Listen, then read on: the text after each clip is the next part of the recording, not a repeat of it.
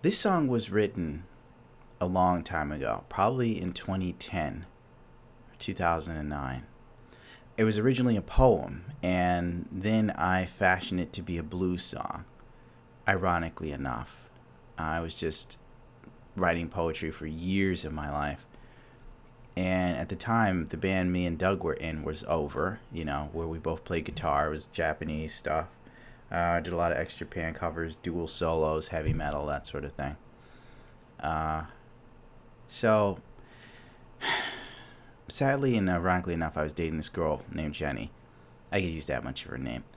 Um, she was from New York City, Puerto Rican girl. I liked her a lot. She was a gamer too. She was in love with Diablo, and her favorite thing to say was rupees. I do not know why she loved rupees so much, but it was a thing. That and Zelda. And I originally wanted to be her friend. That's all I wanted to be. We met, we were better off as friends, so we stayed friends. And then one day she wanted to be more. And I liked her so much that I figured, why not? Little did I know that, as much as she supposedly liked me, I was just kind of like filler, if you will. As being used because the guy she wanted, um, sorry, I'm using the Yeti mic, so it's all over the place. The guy she wanted wasn't interested at the time. She couldn't get it going with him. So I was a good alternative. Didn't know. Our breakup was kind of retarded, ridiculous, really. One day we were together, the next, she decided to just randomly ghost me, literally. I could tell a story on that, but that's not what this is about. I want to take forever. So I then went back to my you know, long on again, off again love interest, the first girl I was ever in love with. And, you know, she starts texting me about how we should see each other again and blah, blah, blah. I love you and I miss you. We should see each other. I want you to come down to Vegas, blah, blah, blah. And I thought, oh my God, this is it. This is what I really wanted. This is how things are supposed to be. We're supposed to break up and then get back together just like in the movies. And it would be better than ever was the first time around. And because we're older and blah, blah, blah. And then she goes, I want you to meet my love. This is how fucked the situation was. He is so amazing. He can tell you about your soul using his third eye. I'm like, oh my fucking God. She's like in love with some dude who's claiming to have magic powers. Fuck my life. So, miserable, broken, depressed, alone, just dumped, and the girl who usually was my comfort zone throughout half my life, wasn't the comfort zone anymore. So I started sitting and writing this blues song. I can't hear, but I imagine myself as an old black man because I want to do soul singing and stuff like that, but I can't. So I can't hear, I can see. I can't do it right now because it sounds like I'm doing Mr. Hanky. But I was imagining myself as a blind old black man writing this song. And I sent it to Doug, ironically enough. I was like, dude, here's something I was messing around with. He checks it out, and he goes, I fucking like this, man. We should do something with this. And me being the emotional mess I was like, I don't need your pity, man. Fuck you, dude, making fun of me. And he's like, I'm serious, man. We should do something on this. We should do something like a band that doesn't involve all the other idiots we were with. And all the other guys weren't talented, basically, And I was like, at that point, I was so emotionally broken and drained because I was always afraid to sing. I never wanted to sing. Never. I always wanted to be a guitar player.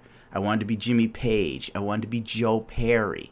I wanted to be that guy up there, dual neck guitars, whamming out Stairway to Heaven. As well, Stairway to Heroin. It shows you where my fucking brain is going. Stairway to Heroin. God, I really need help. But on a serious note, that's who I wanted to be. And he was like, but we need someone to sing this, man.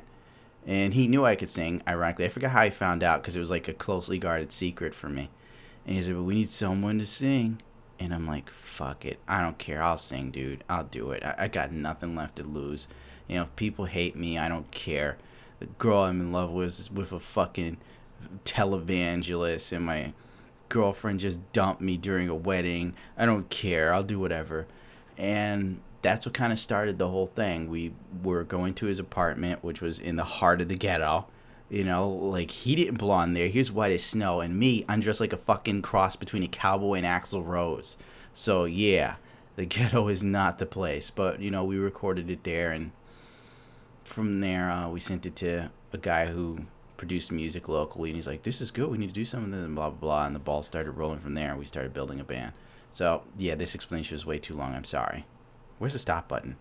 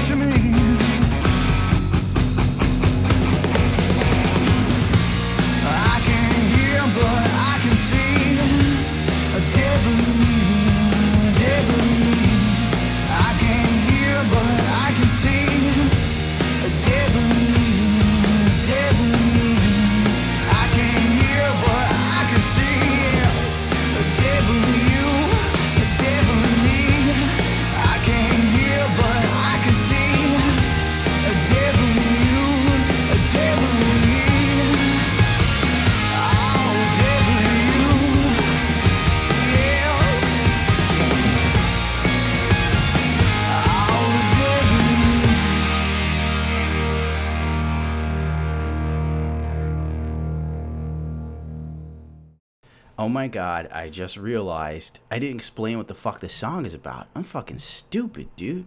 I guess like explaining the, you know, putting together the story so you knew how it all came about just took way too long, and I focused so much on that part of the storytelling I didn't explain the song. The Devil in Me was about relationships. It was about the devil in us, essentially, as to who we are. Billy Joel had a song very similar called The Stranger.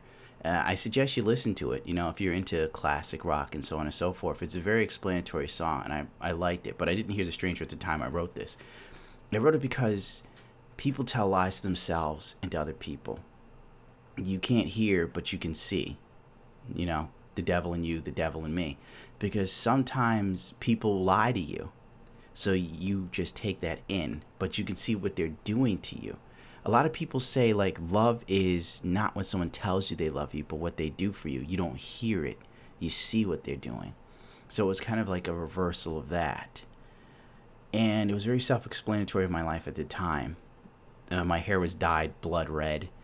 I lived in upstate New York, and when it snows, man, it's like fucking living in Canada. It's a very dark period.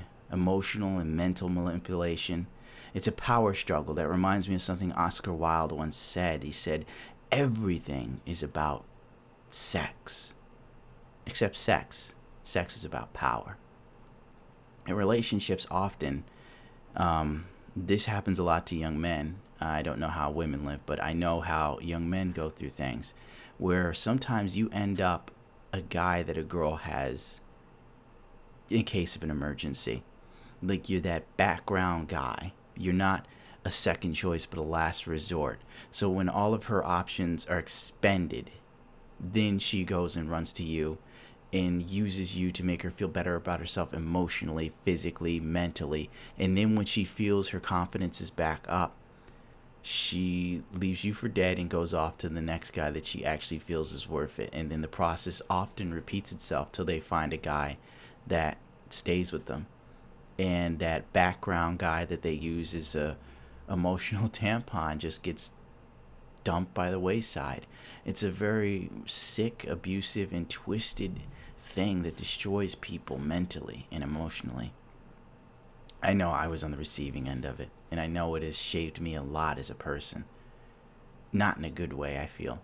I have a lot of walls, and I hide behind my humor in all situations. I don't think people can readily admit that about themselves. But I can. And I figure the truth will set you free. Or at least piss off someone enough to where they won't want to be bothered with you anymore. And frankly, if anyone can't stand the truth or your opinion and they want to treat you poorly, leave you for it, you didn't need them in your life in the first place. Alright, that's it. This is the last time. Okay, now we hit the stop button, Kitty. You open the door, you dopey cat. Oh, I forgot the off button.